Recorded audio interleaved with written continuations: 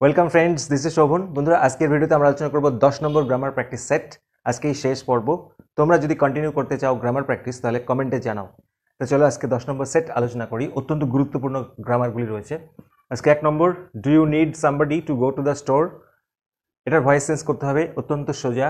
ডুটা ধরে নাও নেই, subject verb object, I eat rice সেরকম। তাহলে আমাদের এটা অবজেক্টটা প্রথমে সাবজেক্ট হবে সামবডি, তারপরে টেন্স অনুযায়ী বিভাব বসে, এটা যেহেতু প্রেজেন্ট টেন্স ইজ বসবে, তারপরে ভার্বে থার্ড ফর্ম নিডেড, তারপরে বাই বসে এবং সবশেষে সাবজেক্টই অবজেক্ট হয় বাই ইউ। আচ্ছা, এবার যেহেতু এটা প্রশ্নবাচক স্ট্রাকচার, আমাদের কি করতে হবে, বি ভার্বটাকে জাস্ট আগে আনতে হবে। Is somebody needed by you, তারপরে এক্সট্রা যে অংশটা আমরা করেছি এটা বসিয়ে দেবো, to go to the store, আর লাস্টে কোয়েশ্চেন মার্ক, ব্যাস। Next one, it has grown slowly. ইহা বেড়ে উঠেছে ধীরে ধীরে, করতে হবে নেগেটিভ, অর্থাৎ ইহা দ্রুত বেড়ে ওঠেনি। তাহলে ইহা বেড়ে ওঠেনি, ইট হ্যাজ নট গ্রোন, গ্রোনের উল্টো নট গ্রোন, আর স্লোলি মানে দ্রুত, এই ধীরে ধীরে এটার উল্টোটা হচ্ছে ফাস্ট। হয়ে গেল, ইহা ধীরে ধীরে বেড়ে উঠেছে মানে ইহা ফাস্ট বেড়ে ওঠেনি। আচ্ছা বন্ধুরা, এটা আমি আগে করিয়েছি কোনো এক প্র্যাকটিস সেটে। ইট হ্যাজ গ্রোন স্লোলি, স্লোলির অ্যাডজেক্টিভ ফর্ম ইউজ করতে হবে। তোমরা যদি কেউ পারো কমেন্টে অবশ্যই জানাও।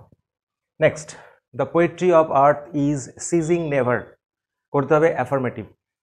পোয়েট্রি অফ আর্থ কখনোই থামে না বা থামছে না, তার মানে পোয়েট্রি অফ আর্থ সবসময় চালু থাকে।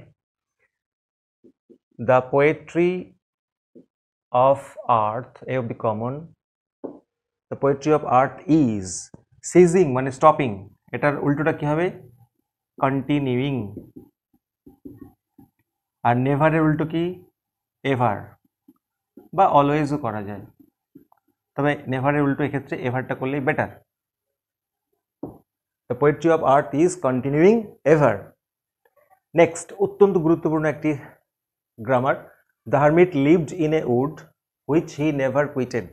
হারমিট একটা বনে থাকতো যেটাকে সে কখনো ছেড়ে যায়নি, করতে হবে সিম্পল সেন্টেন্স। এর আগে আমরা স্প্লিট করেছি, তার মানে আমরা এক কথায় বলতে পারি হারমিট একটি জঙ্গলে পার্মানেন্টলি বাস করতো।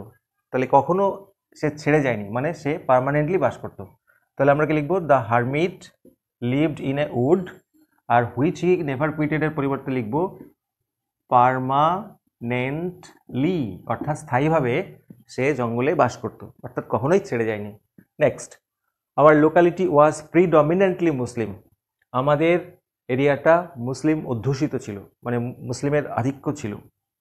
এটার ভার্ব ফর্ম ইউজ করতে হবে, এটার ভার্ব ফর্ম হচ্ছে প্রিডমিনেট। তাহলে এটা একটা প্যাসিভ স্ট্রাকচারে করে দিলেই হয়ে যাবে, আওয়ার লোকালিটি ওয়াজ প্রিডমিনেটেড, প্রিডমিনেটেড দেখছো ভার্ব হয়ে গেল, বাই কাদের দ্বারা, দ্য মুসলিম, ব্যাস। It should not be too difficult, এটা খুব একটা কঠিন হবে না, করতে হবে নেগেটিভ, তার মানে এটা মোটামুটি সোজা হবে। তাহলে এটা মোটামুটি সোজা হবে, ইট শুড বি, নটটা উঠে যাবে যেহেতু নেগেটিভ না, অ্যাফার্মেটিভ করতে দিয়েছে। ইট শুড বি, এখানে বি ছিল sorry, it should be too difficult এর উল্টো হচ্ছে কোয়াইট ইজি, খুব একটা কঠিন হবে না মানে মোটামুটি সোজা হবে। নেক্সট, অত্যন্ত important grammar, a man getting into the compartment, কম্পার্টমেন্টে উঠে একটি মানুষ স্ট্যামার্ড অ্যান অ্যাপোলজি, এটাকে আমরা প্রথমে কমপ্লেক্স করব তারপরে স্প্লিটিং করব। আচ্ছা, তাহলে একটি মানুষ, এটা রিলেটিভ ক্লজ করে করতে হবে, এ ম্যান যিনি কম্পার্টমেন্টে উঠলেন, যিনি ইংরেজি হু। আচ্ছা, এটা যেহেতু পাস্ট টেন্সে আছে স্ট্যামার্ড, তাহলে আমাদের এখানে গেটের পাস্ট টেন্স গট করতে হবে, past tense. A man who got into the compartment stammered an apology, যা আছে তাই। তাহলে আমাদের শুধুমাত্র অ্যাড হলো কি দেখো, হু গট, এই কথাটা লিখতে হলো। এ ম্যান গেটিং আছে, এখানে লিখলাম এ ম্যান হু গট। এবারে এটাকে যদি স্প্লিট করি মানে দুটো আলাদা সিম্পল করি তাহলে কি হবে, তাহলে প্রথমে একটি মানুষ কম্পার্টমেন্টে উঠলো, সেটা লিখে নেব, তারপরে সে কি করলো, ক্ষমা চাইলো। তাহলে প্রথম সেন্টেন্স হচ্ছে a man goat into the compartment, দ্বিতীয় সেন্টেন্স কি হবে, সে ক্ষমা চেলো, সে মানে ওই লোকটা যে উঠলো, হি স্ট্যামার্ড অ্যান অ্যাপোলজি, ব্যাস। Next, you have already been answered, আপনাকে ইতিমধ্যে উত্তর দেওয়া হয়ে গেছে। হারমিট বলল জারকে, তাহলে এটা একটা assertive sentence, normal sentence, said বা সেইড থাকলে সেইড হয়, সেইড টু থাকলে টোল্ড হয়, তাহলে ওটাকে আগে আনতে হবে। দ্য হারমিট টোল্ড, কাকে বললো, দ্য জার,